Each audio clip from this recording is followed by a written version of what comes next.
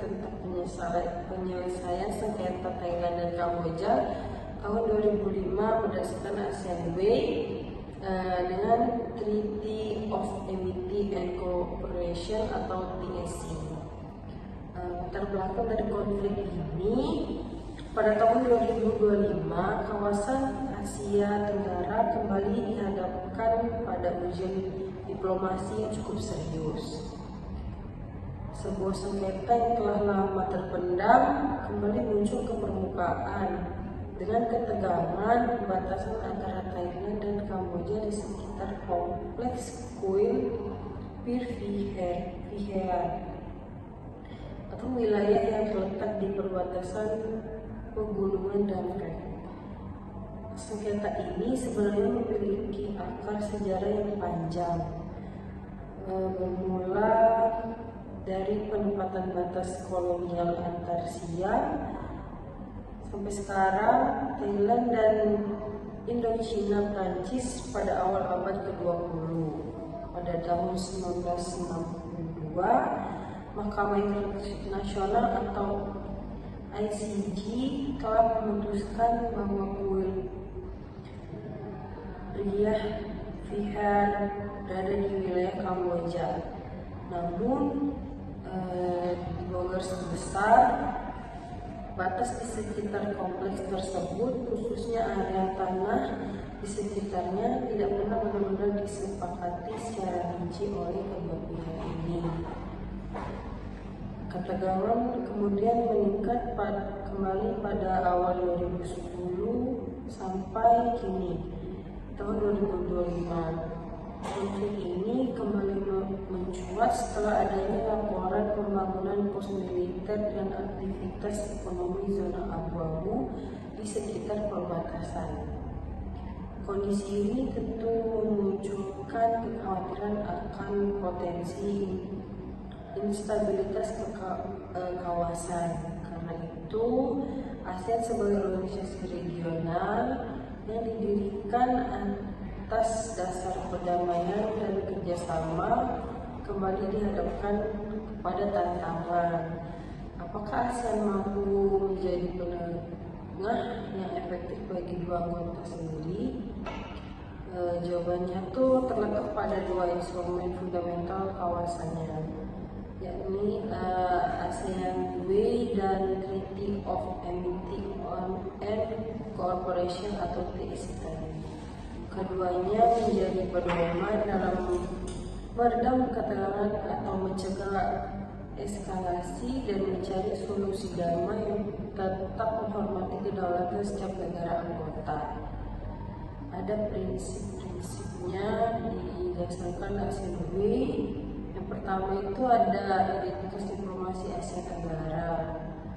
Sebelumnya membicarakan tentang langkah penyelesaian, pentingnya bagi kita memahami apa yang disebut dengan ASEAN Way, yaitu istilah ini lahir bukan dari dokumen formal, melainkan dari praktik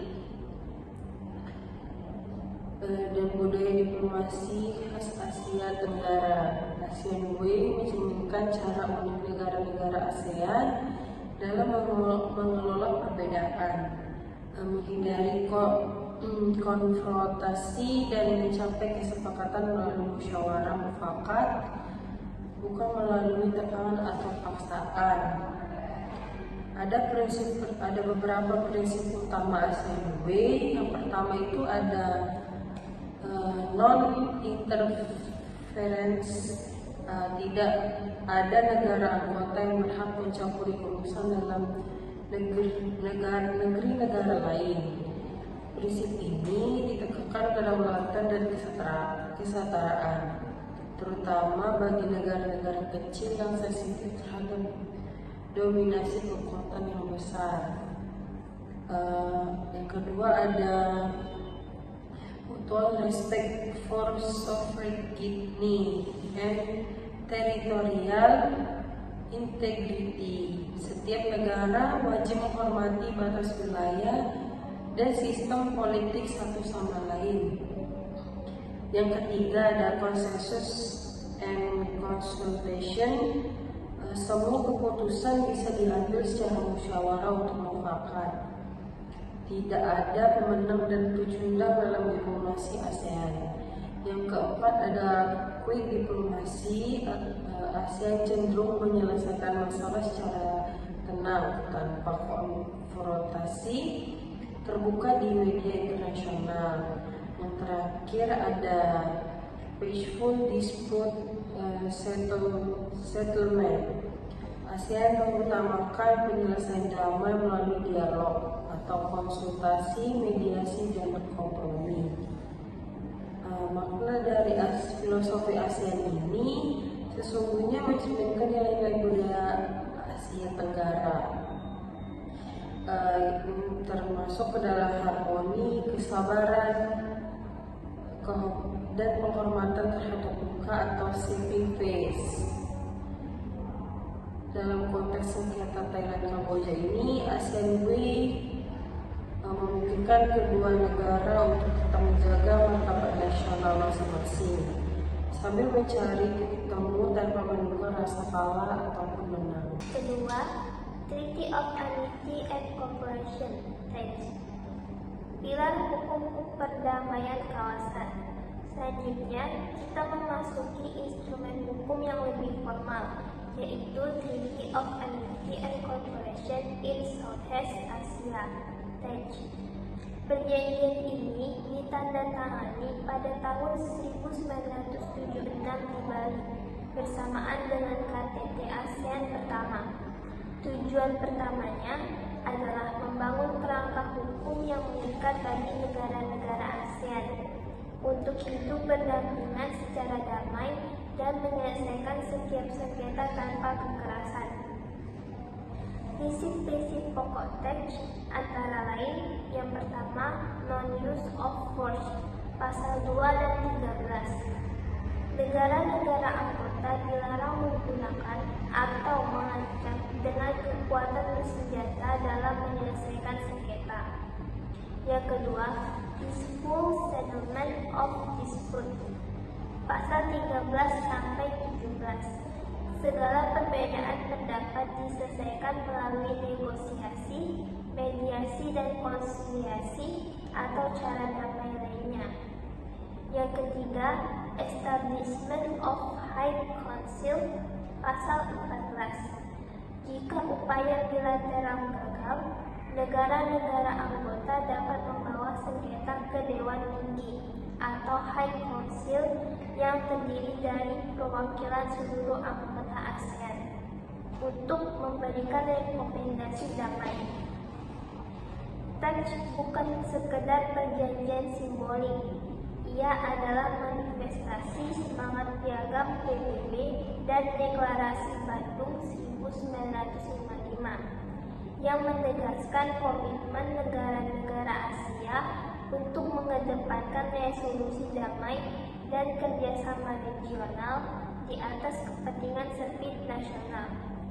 Yang ketiga, proses penyelesaian sengketa Thailand dan Kamboja berdasarkan ASEAN Way dan TACE.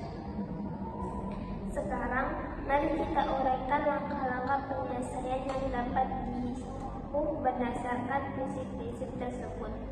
Yang pertama, tahap pertama, konsultasi dan dialog diplomatik. Langkah pertama dalam semangat ASEAN Way adalah memulihkan komunikasi langsung antar negara yang bersengketa.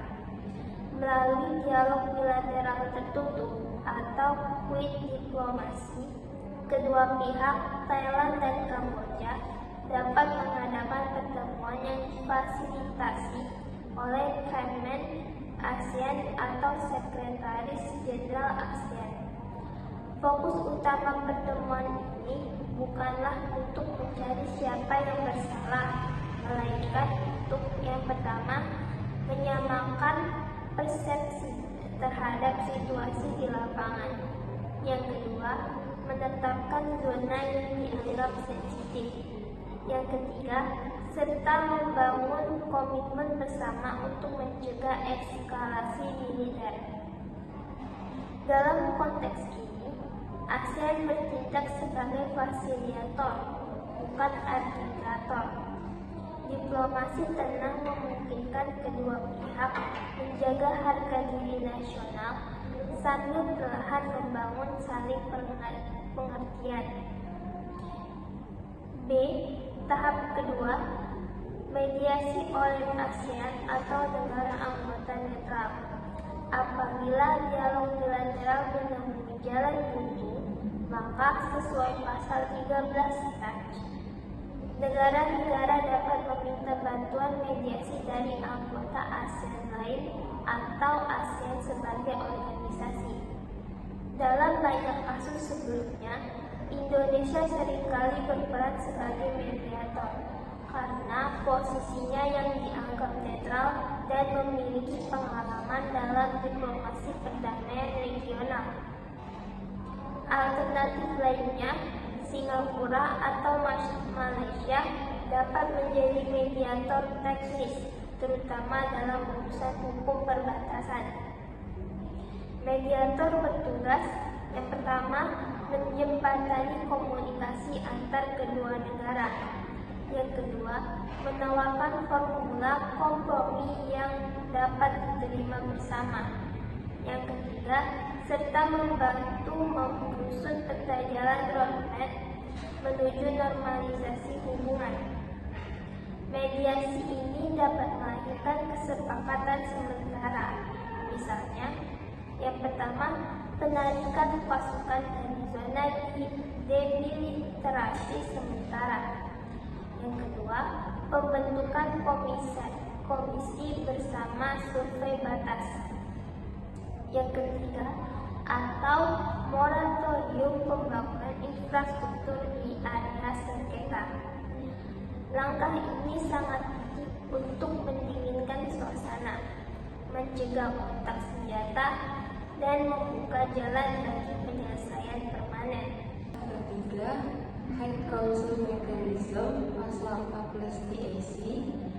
Jika mediasi gagal mencapai hasil yang memuaskan, maka hasil High Council ASEAN dapat diaktifkan. High Council ini terdiri dari wakil tingkat tinggi dari seluruh negara anggota ASEAN, biasanya setingkat menteri luar negeri. Fungsinya adalah untuk meninjau sengketa, memberikan rekomendasi damai, dan membantu mencari solusi yang dapat diterima bersama. Dalam konteks Thailand dan Kamboja, High Council dapat mengeluarkan rekomendasi non-terikat yang mendorong pembentukan Joint Border Committee atau GBC yang bertugas menegosiasikan batas baru berdasarkan keputusan SCG tahun 1962 dan 2013, menyarankan langkah-langkah temporer seperti pengawasan bersama oleh pasukan penjaga perdamaian ASEAN atau ASEAN Peace Observers, atau mengusulkan agar sengketa dibawa ke mahkamah tingkat nasional yaitu ICJ untuk penafsiran lanjutan bila kedua negara setuju. Aktivasi High Council ini menunjukkan bahwa ASEAN memiliki mekanisme internal yang formal namun tetap bersifat damai dan non-koersif. Tahap keempat, Confidence Building Measures atau CBMS. Setelah ketegangan mereda, ASEAN perlu membantu kedua negara membangun kembali kepercayaan dan hubungan positif. Beberapa langkah CBMS yang dapat diterapkan antara lain: pertama, Joint Border Patrol, yaitu patroli bersama militer dan polisi di area perbatasan untuk menghindari salah paham. Yang kedua, Joint Economic Zone, yaitu menciptakan kawasan ekonomi lintas batas yang dikelola bersama untuk keuntungan kedua pihak. Ketiga, program pertukaran pelajar dan budaya antara masyarakat wilayah perbatasan guna membangun hubungan antar manusia yang lebih baik. Keempat, pertemuan tahunan militer untuk memperkuat komunikasi antara komandan perbatasan.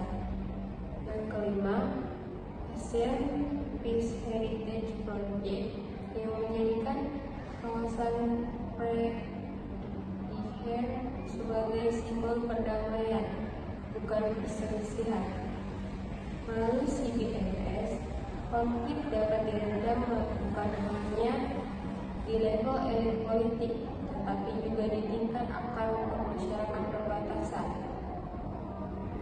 Keempat, keunggulan dan manfaat pendekatan ASEAN dan TAC, yaitu pendekatan ini menawarkan berbagai keunggulan strategis. Pertama, menjaga stabilitas kawasan tanpa kekerasan dengan menolak penggunaan kekuatan bersenjata. ASEAN memastikan bahwa senjata tetap berada dalam koridor diplomasi. Kedua, melindungi kedaulatan nasional masing-masing negara, tidak ada intervensi asing sehingga baik Thailand maupun Kamboja dapat mempertahankan martabat dan otonominya. Ketiga, meningkatkan solidaritas dan integrasi ASEAN. Konflik dua negara anggota justru menjadi momentum untuk memperkuat kesatuan kawasan. Keempat, menunjukkan kemandirian ASEAN di mata dunia. ASEAN membuktikan bahwa ia tidak perlu bergantung pada kekuatan eksternal seperti PBB, AS atau Tiongkok untuk menjaga perdamaian internalnya. Kelima, mendorong budaya dialog dan kompromi jangka panjang. Proses yang mungkin lambat tetapi berakar kuat pada kepercayaan dan nilai-nilai bersama. Dengan kata lain, ASEAN dan TAC tidak sekedar mekanisme teknis, melainkan strategi diplomasi jangka panjang untuk memastikan Asia Tenggara tetap damai dan stabil. Kelima, evaluasi tantangan dan keterbatasan mekanisme ASEAN. Namun kita juga tidak boleh menutup mata terhadap sejumlah tantangan dalam penerapan mekanisme ini. Pertama, tidak adanya mekanisme sanksi yang tegas. ASEAN berorientasi pada konsensus, sehingga jika satu pihak bersifat pasif atau menolak, proses dapat terhambat. Kedua, proses yang lambat karena keputusan diambil secara mufakat, penyelesaian bisa memakan waktu bertahun-tahun. Ketiga, keterbatasan kapasitas institusional ASEAN. Sekretariat ASEAN di Jakarta belum memiliki kekuatan supranasional untuk memaksa implementasi keputusan. Keempat, ketegangan antara prinsip non-interference dan kebutuhan intervensi publik yang diplomatik dalam situasi tertentu. ASEAN menghadapi dilema antara menghormati kedaulatan dan mencegah eskalasi. Namun demikian, justru dalam kesabaran dan proses panjang, inilah nilai filosofis ASEAN teruji. Perdamaian yang lahir dari proses musyawarah memiliki fondasi yang lebih kokoh daripada kesepakatan yang dipaksakan oleh tekanan eksternal. Yang keenam, rekomendasi implementatif dan strategis. Agar mekanisme penyelesaian ini berjalan efektif dan berkelanjutan, ada beberapa rekomendasi yang dapat dipertimbangkan oleh ASEAN dan kedua negara terkait. Yang pertama, ASEAN dapat membentuk peacekeeping mission atau monitoring team yang terdiri dari para diplomat dan pakar hukum internasional ASEAN untuk menilai situasi di lapangan secara objektif. Yang kedua, Thailand dan Kamboja perlu menandatangani Memorandum of Understanding di bawah fasilitas ASEAN. Ini dapat berisi berkomitmen untuk menghormati hasil keputusan ISG, janji untuk tidak menambah kekuatan militer di sekitar wilayah sengketa, dan serta pembentukan hotline diplomatik perbatasan antara pejabat keamanan kedua negara. Lalu yang ketiga, ASEAN dapat meluncurkan ASEAN Border Peace Initiative, suatu kerangka kerja regional untuk menangani konflik perbatasan secara sistematis di masa depan. Yang keempat, melibatkan masyarakat sipil, universitas, dan lembaga kebudayaan dalam kegiatan lintas batas seperti penelitian, festival budaya, dan proyek sosial. Langkah-langkah ini tidak hanya menyelesaikan sengketa, tapi juga membangun ekosistem perdamaian yang berkelanjutan. Yang ketujuh, perspektif geopolitik dan diplomasi regional. Penting juga untuk dipahami bahwa stabilitas Thailand dan Kamboja memiliki implikasi strategis bagi ASEAN secara keseluruhan. Kawasan Indo-Cina yang mencakup Thailand, Kamboja, Laos, dan Vietnam adalah jantung daratan ASEAN. Apabila ketegangan di kawasan ini dibiarkan, maka akan membuka peluang bagi campur tangan kekuatan eksternal seperti Tiongkok, Amerika Serikat, atau bahkan kekuatan seperti India. Dengan demikian, penyelesaian damai Thailand-Kamboja bukan hanya soal menjaga hubungan dua negara, tetapi juga tentang mempertahankan otonomi strategis ASEAN sebagai satu kesatuan politik dan ekonomi. ASEAN dan TRC berfungsi sebagai tameng diplomatik untuk melindungi kawasan dari pengaruh geopolitik eksternal yang berpotensi memecah belah. Lalu, kesimpulannya, sengketa antara Thailand dan Kamboja di tahun 2025 sejatinya bukan sekadar persoalan garis batas. Ia adalah ujian bagi komitmen ASEAN terhadap perdamaian, solidaritas, dan integritas kawasan. Melalui ASEAN Way, kedua negara diajak untuk berdialog tanpa rasa curiga, bermusyawarah tanpa tekanan, dan bermufakatan tanpa kehilangan kehormatan nasional. Sementara melalui Treaty of Amity and Cooperation, ASEAN memiliki landasan hukum yang jelas untuk memastikan setiap perselisihan diselesaikan tanpa kekerasan. Kedua instrumen ini membuktikan bahwa Asia Tenggara memiliki cara sendiri untuk menjaga perdamaian tanpa harus meniru model Barat yang konfrontatif atau tunduk pada intervensi kekuatan besar.